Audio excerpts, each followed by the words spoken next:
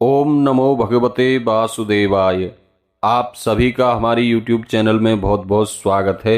आज के इस वीडियो में आप जानेंगे एकादशी व्रत की विधि क्या है, एकादशी व्रत में किन नियमों का पालन करना चाहिए और एकादशी व्रत की महिमा क्या है, एकादशी व्रत करने से क्या फल प्राप्त होता है।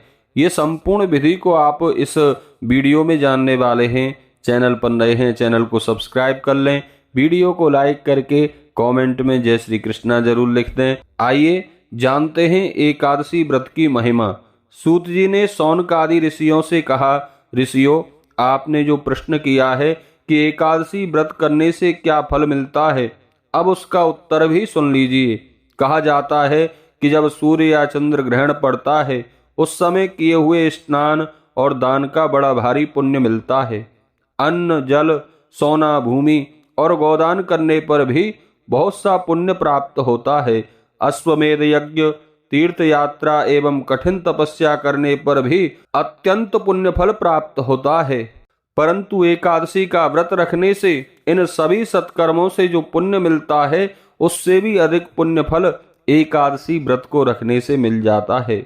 एकादशी व्रत रखने से मनुष्य का शरीर निरोगी और स्वस्थ रहता है।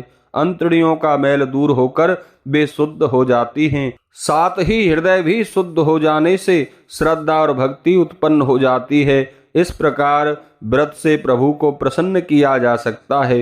इस कार्य में एकादशी का व्रत बहुत बड़ी भूमिका निभाता है। यदि किसी के मरे हुए पुरखे किसी बुरी योनि में जन्म लेकर नरक भोग रहे हैं तो एकादशी का व्रत करने से वे उस योनि से छूटकर स्वर्ग को चले जाते हैं।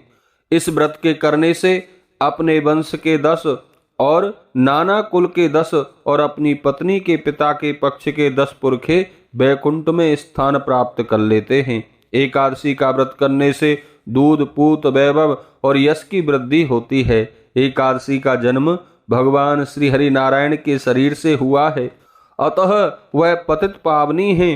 एकादशी व्रत सबका उद्धार करने की शक्ति संजोए हुए है, अतः यह व्रत बहुत लाभकारी है और सबको करना ही चाहिए। इस प्रकार एकादशी सदैव प्रणाम करने योग्य हैं, श्रद्धा रखने योग्य हैं और व्रत करने योग्य हैं।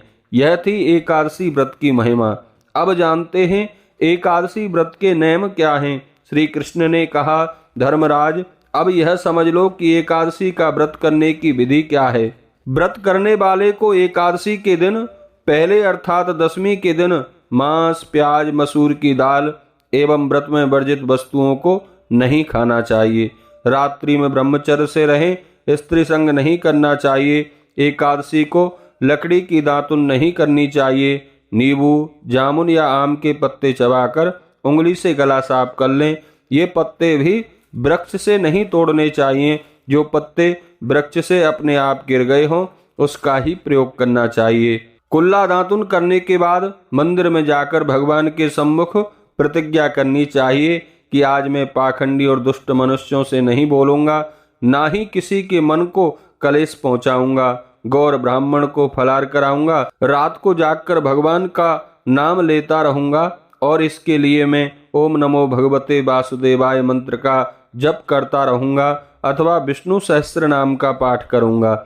इस प्रकार संकल्प लें। इसके पश्चात भगवान से प्रार्थना करें कि प्रभु मेरी प्रतिज्ञा पूरी कीजिए, लाज आपके हाथ में है, कृपा करके इस प्रतिज्ञा को आप पूर्ण कर दें। यदि भूलवश किसी दुराचारी से बात कर भी लो तो सूर्य नारायण के दर्शन करके धूप दीप से भगवान की पूजा करके क्षमा मांगनी चाहिए। एकादशी का व्रत करते हैं तो घर में झाड़ू ना लगाएं। घर के किसी दूसरे सदस्य से झाड़ू लगवा सकते हैं, क्योंकि झाड़ू लगाते समय चींटी जैसे छोटे जीवों की हत्या हो जाती है। इस दिन बाल भी नहीं कटवाने चाहिए। इस दिन कम से कम बोलने का प्रयत्न करें। अन्न दान करें, परंतु अन्न का दान लें नहीं। झूठ, कुकर्म और कपट से सदैव दूर रहें। दशमी के साथ मिली हुई एकादशी वृद्धा कही जाती है। इसमें शिव के उपासक तो व्रत रखते हैं, परंतु वैष्णव धर्म के मानने वालों को द्वादशी से संयुक्त हुई एकादशी का ही व्रत रखना चाहिए। ऐसी स्थिति में त्रयोदशी आरंभ होने से पूर्व ही व्रत खोल लेना चाहिए। व्रत करने वाले को गोभी, गाजर, सलजम, पालक, कुल्फा इत्यादि का साग नहीं लेना चाहिए। हाँ, मूली, आम, अंगूर, केला, बादाम, पिस्ता इत्यादि फलों का प्रयोग कर सकते हैं। प्रत्येक वस्तु का पहले भगवान को भोग लगाएं और भोग भी तुलसी के पत्ते डालकर लगाएं, तभी उस प्रसाद का सेवन करें। द्वादशी के दिन ब्राह्मणों को मिष्टान का भोजन करा दक्षिणा से प्रसन्न करना चाहिए। उस दिन यदि किसी संबंधी का शरीरांत हो जाए तो एकादशी का व्रत रखकर उसका फल उसके प्रति संकल्प कर देना चाहिए।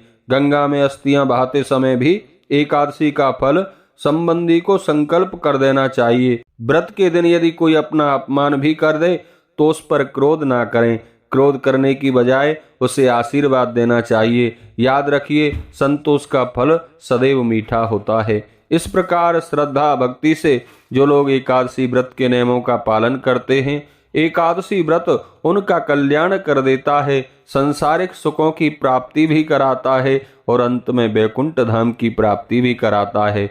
बोलिए एकादशी महारानी की जय।